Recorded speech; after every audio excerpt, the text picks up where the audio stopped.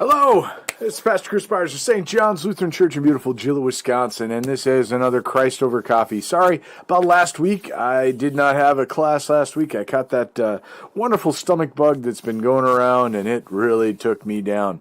But I am feeling much better now, and actually have come off of a weekend. I was served on a Via de Cristo team, had a great time.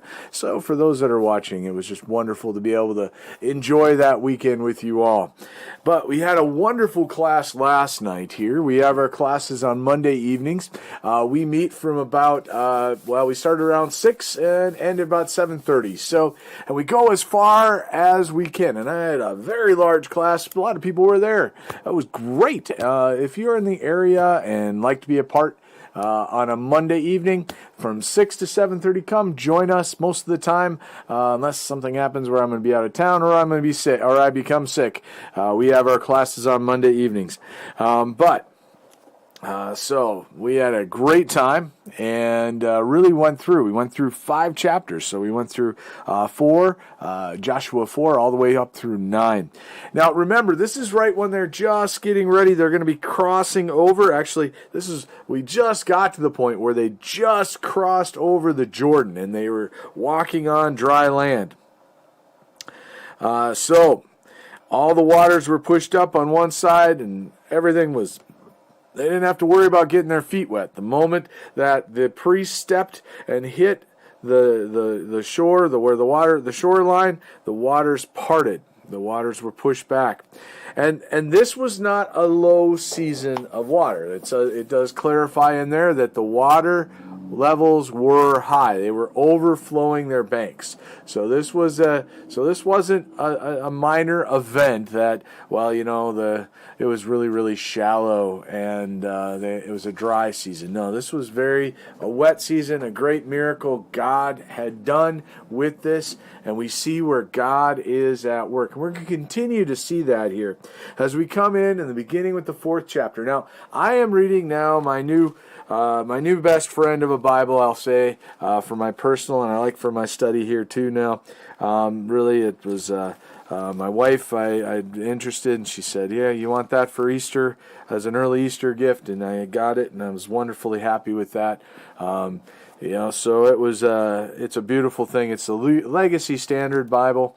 The Legacy Standard Bible is going through. It basically follows the patterns of the New American Standard Bible from pre-77, from what I understand, and it also where you have the name of God, which normally we see in that capitalized Lord, where it's all caps. That's signifying that it is the Tetragrammaton. It is the name of God, Yod-Heh-Vav-Heh. And they just say how we commonly believe and think that is how that would be pronounced, Yahweh. So that is how it's written within here too. And I really have enjoyed. I'm going to put the mic a little closer so that way I make sure that I'm not too far away. I don't want to be too close, but at the same time I kind of want to sit back a little bit and be able to read as we go through. And we'll begin with the 4th chapter. And it starts out, now it happened when all the nation, in the first verse, 4th chapter, now it happened that when all the nation had completed crossing the Jordan, that Yahweh spoke to Joshua, saying, Take for yourselves 12 men from the people, 1 man from each tribe, and command them, saying, Carry for yourselves 12 stones from here, out of the middle of the Jordan, from the place where the priests' feet are standing firm, and carry them over with you, and lay them down in the lodging place where you will lodge tonight. Now you think of this, and I could think there's probably some little competition going on with probably a couple of the brothers there wanting to have the bigger stone. And then you might have that one that said, that's fine, you take the heavy one, I'll take this one, it'll go right on top.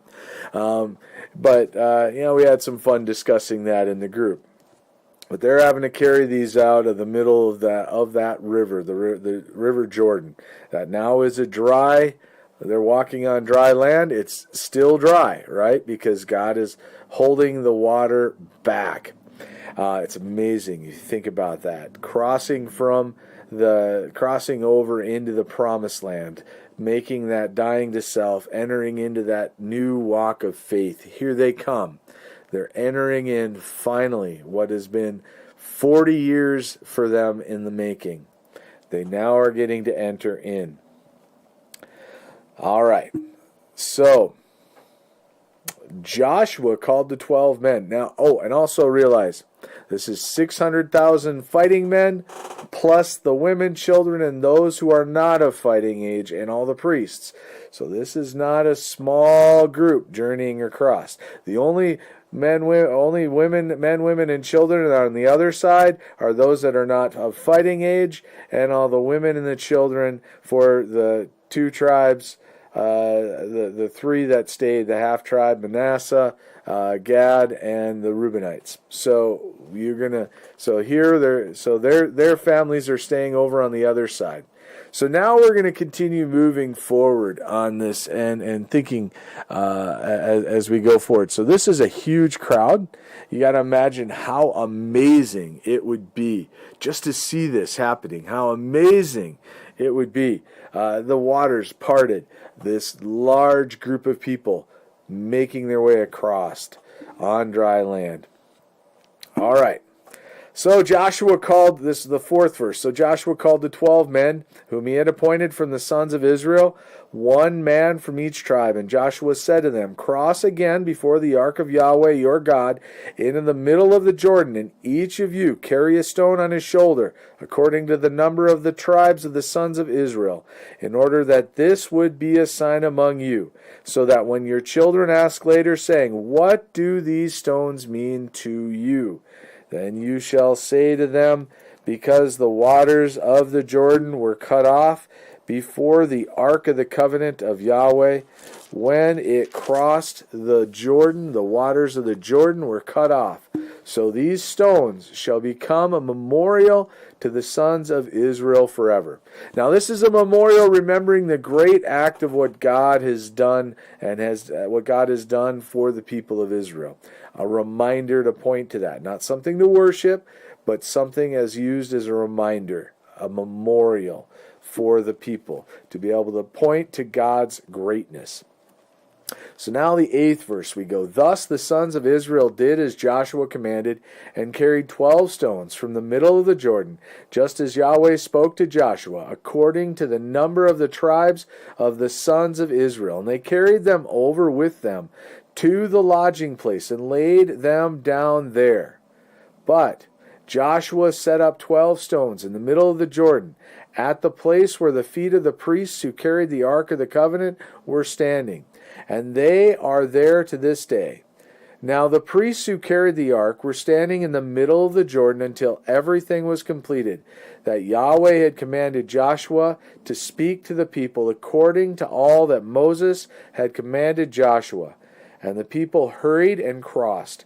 And it happened when all the people had completed crossing, that the ark of Yahweh and the priests crossed before the people, and the sons of Reuben and the sons of Gad and the half-tribe of Manasseh crossed over in battle array before the sons of Israel, just as Moses had spoken to them. About 40,000, equipped for war, crossed for battle before Yahweh to the desert plains of Jericho. On that day Yahweh magnified Joshua in the sight of all Israel, so that they feared him, just as they had feared Moses all the days of his life. Then Yahweh said to Joshua, command the priests who carry the ark of the testimony that they come up from the Jordan. So Joshua commanded the priests, saying, come up from the Jordan. So it happened, when the priests who carried the ark of the covenant of Yahweh had come up from the middle of the Jordan, and the soles of the priests' feet were lifted up to the dry ground, that the waters of the Jordan returned to their place, and went over all its banks as before. So here the water just gushes back into place. Just imagine that. I mean, imagine how, if you were seeing that, even just from a distance, how amazing that would be. Probably also would make you a little fearful, as we're going to find out happens with them here. Now the people came up from the Jordan on the 10th of the first month, and camped at Gilgal, on the eastern edge of Jericho. And those 12 stones which they had taken up from the Jordan, Joshua set up at Gilgal. Then he said to the sons of Israel, when your children ask their fathers in time to come, saying, what do these stones mean?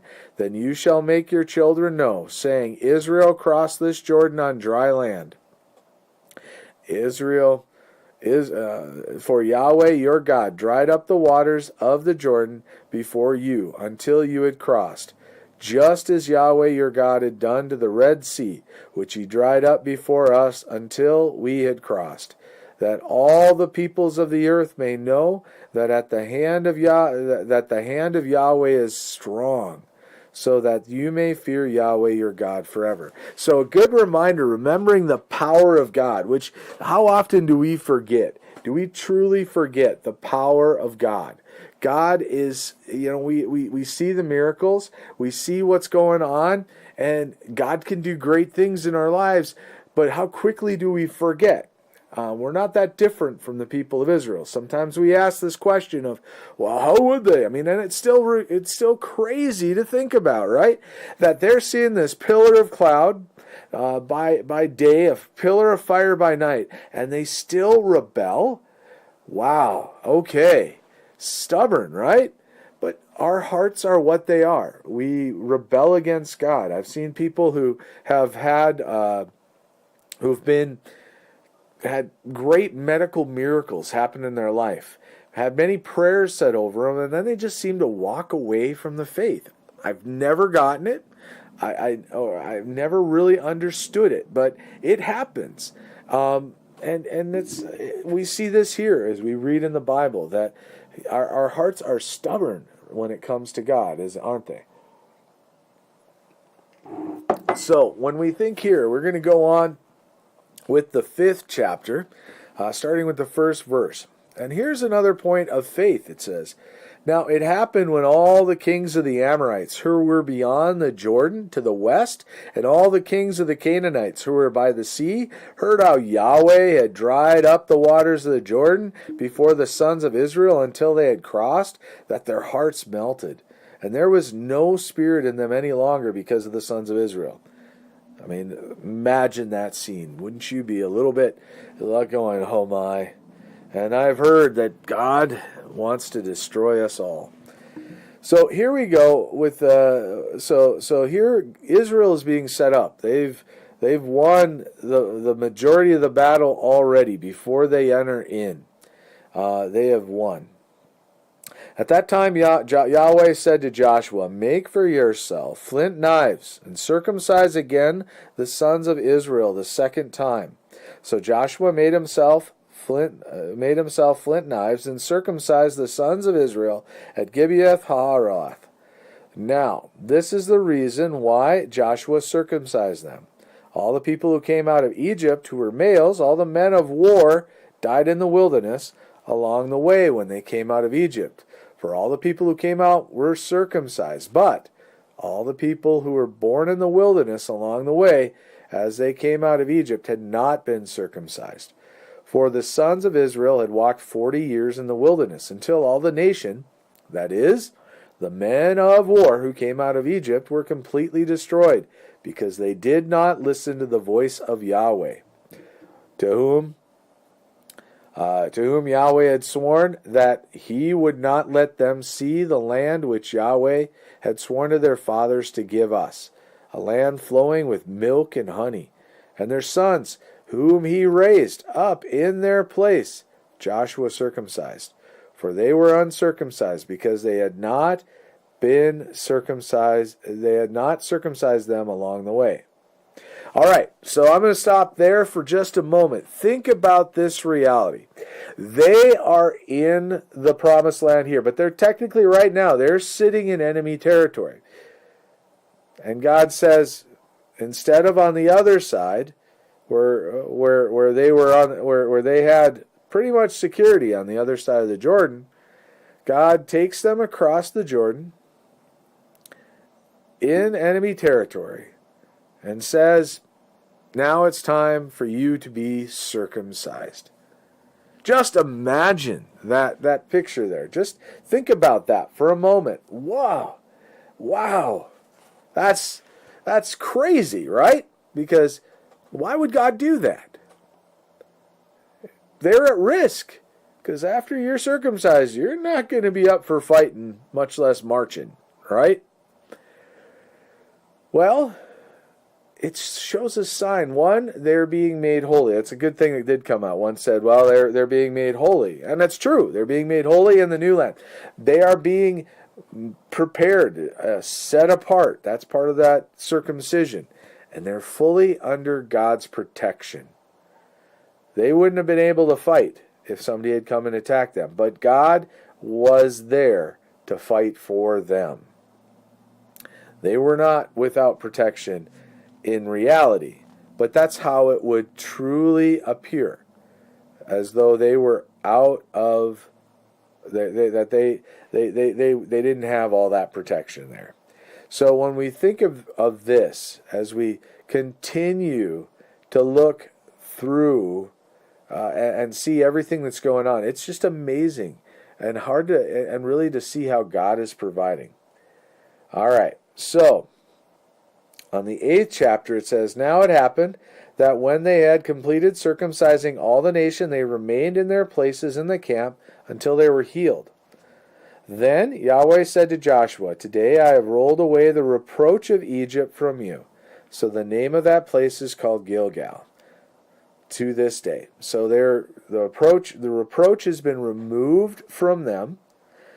God has restored them, made them fully holy. He has redeemed them through the circumcision and marked him chosen as part of the chosen, because that was one of the outward signs that God called for them to do. The fact that they didn't do it earlier is that they could say, well, they didn't have an opportunity. Well, they could have. But God said, no, we're going to do it now. You didn't do it there. I'm going to make sure you did it because you need to be prepared. So I'm going to bless you here because God is promising a great blessing on them. Now the blessing is going to be at the cost of those whom God has cursed, right? Those who have been fully rebellious against God have constantly been a thorn in the side of God's people, trying to draw God's people away from God to worship idols and false things. It happened when Abraham was alive and when Isaac and when Israel, Jacob, all that. Esau married Canaanites. He also married an Arab, a Mohammadite. So here we find this is God saying, I am going to set you apart. You are holy. You are mine. This is my sign. You're under my guides, my protection, my guys. All right. So the 10th verse, it says, Then the sons of Israel camped at Gilgal and celebrated the Passover on the evening of the 14th day of the month on the desert plains of Jericho. And on the day after the Passover, on that very day, they ate some of the yield of the land, unleavened cakes and roasted grain. Then the manna ceased on the day after they had eaten some of the produce of the land, so that the sons of Israel no longer had manna, but they ate some of the produce of the land of Canaan during that year. So here they are taking from the fruits of the promised land. They're partaking. God is saying, all right, manna will no longer be necessary. You will eat from the fruits of the territory I am giving you. So we start out at the 13th verse, and this is a really lovely portion here. Now it happened when Joshua was by Jericho, that he lifted up his eyes and looked, and behold, a man was standing opposite him, with his sword drawn in his hand. And Joshua went to him and said to him, Are you for us or for our adversaries? He said, No, rather I indeed come now as commander of the host of Yahweh. And Joshua fell on his face to the earth, and bowed down, and said to him, What has my Lord to say to his slave? The commander of the host of Yahweh said to Joshua, Remove your sandals from your feet, for the place where you are standing is holy. And Joshua did so. So we can see, here is where Joshua is now being ordained, in essence, right? God has sent his angel, the host, the commander of the angel army, telling Joshua, I got your six, I got your back. You are not doing this alone. That is exactly what we're finding in what God is doing here. He is verifying that they will not be left alone. They're not on their own.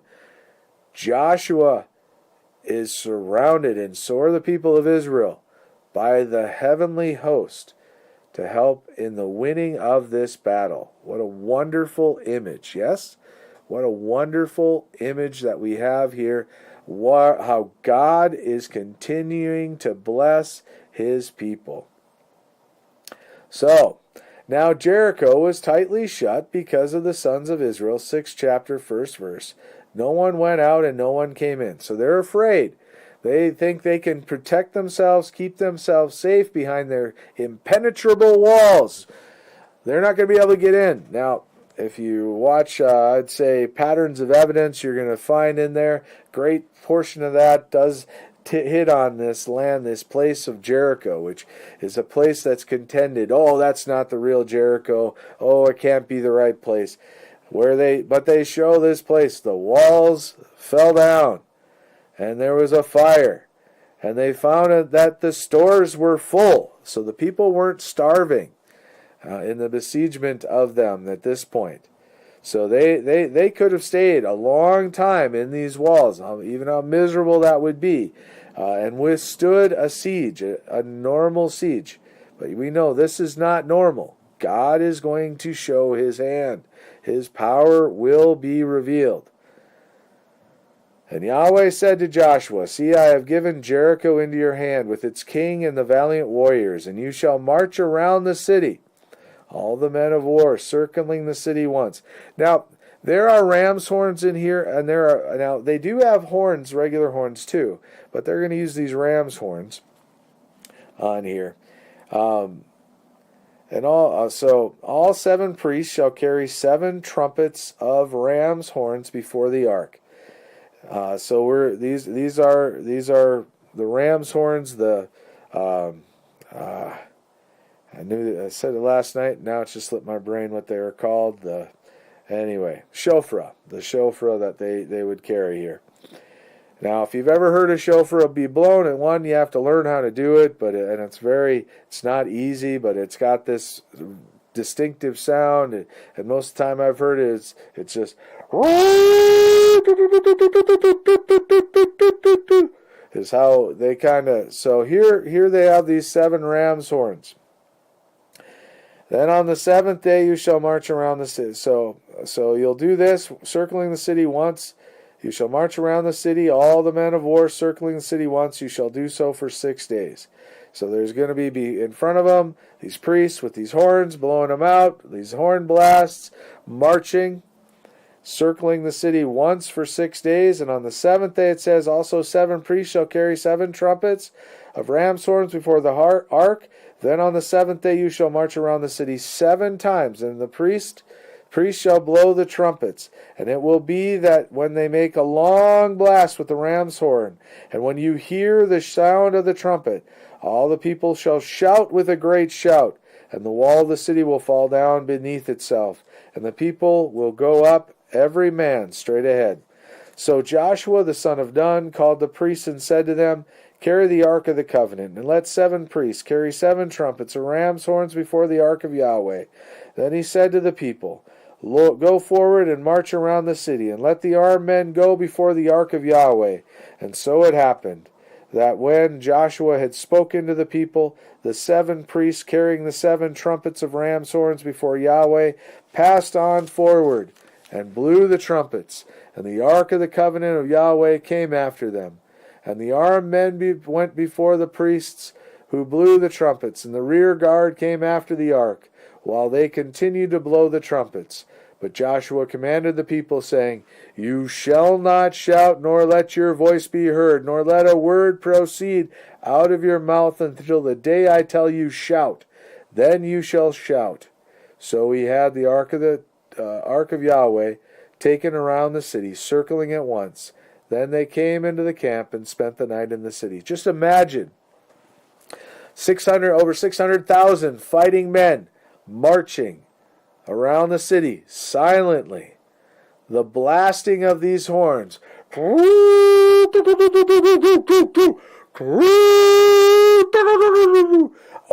and over and over. Just the scene building up as they are doing, and they're marching, and they're this here. Just imagine being in the city, hearing all of this, just how that would fray at you.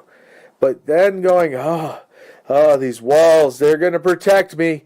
But I wish they would just go away. I'm sure that's what they were probably screaming in their minds, and wondering as it went silent, going, What's next? What's next?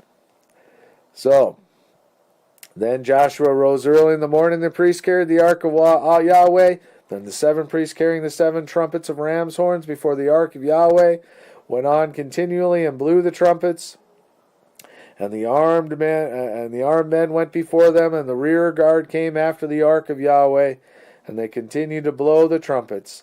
Thus the second day they marched around the city once and returned to the camp. They did so for 6 days. Then it happened on the seventh day. They rose early at the breaking of dawn and marched around the city in the same manner 7 times. Only on that day they marched around the city 7 times. Now it happened that on the seventh time the priests blew the trumpets, and Joshua said to the people, "Shout, for Yahweh has given you the city, and the city shall be devoted to destruction. It and all that is in it belongs to Yahweh. Only Rahab the harlot and all who are with her in the house shall live, because she hid the messengers whom we sent. But as for you, only keep yourselves from the things devoted to destruction, lest as you are devoting them to destruction, you also take some of the things devoted to destruction and make the camp of Israel devoted to destruction, and bring trouble on it. But all the silver and gold and articles of bronze and iron are holy to Yahweh. They shall go into the treasury of Yahweh." So the people shouted, and the priests blew the trumpets. And when the people heard the sound of the trumpet, the people shouted with a great shout, and the wall fell down beneath itself, so that the people went up into the city, every man straight ahead, and they took the city, and they devoted to destruction everything in the city, both man and woman, young and old, ox and sheep and donkey, with the edge of the sword. So here, the walls fall down. Obviously, that would not normally happen just from yelling and trumpet blasts, right? It's obviously God's hand at work. Amazing, right? God is good and faithful, even though he knows that his people are not. What a beautiful understanding of our God. And this is how God is the one who provides us a way to victory. He provided Joshua this way to victory. Now, so they go in. Now to the 2 men who had spied out the land, Joshua said, "Go into the harlot's house and bring the woman and all she has out of there, as you have sworn to her." So the young men who were spies went in and brought out Rahab and her father and her mother and her brothers and all she had. They also brought out all her relatives and placed them outside the camp of Israel. But they burned the city with fire and all that was in it. Only the silver and gold and articles of bronze and iron they put into the treasury of the house of Yahweh. However, Rahab the harlot and her father's household and all she had, Joshua preserved alive,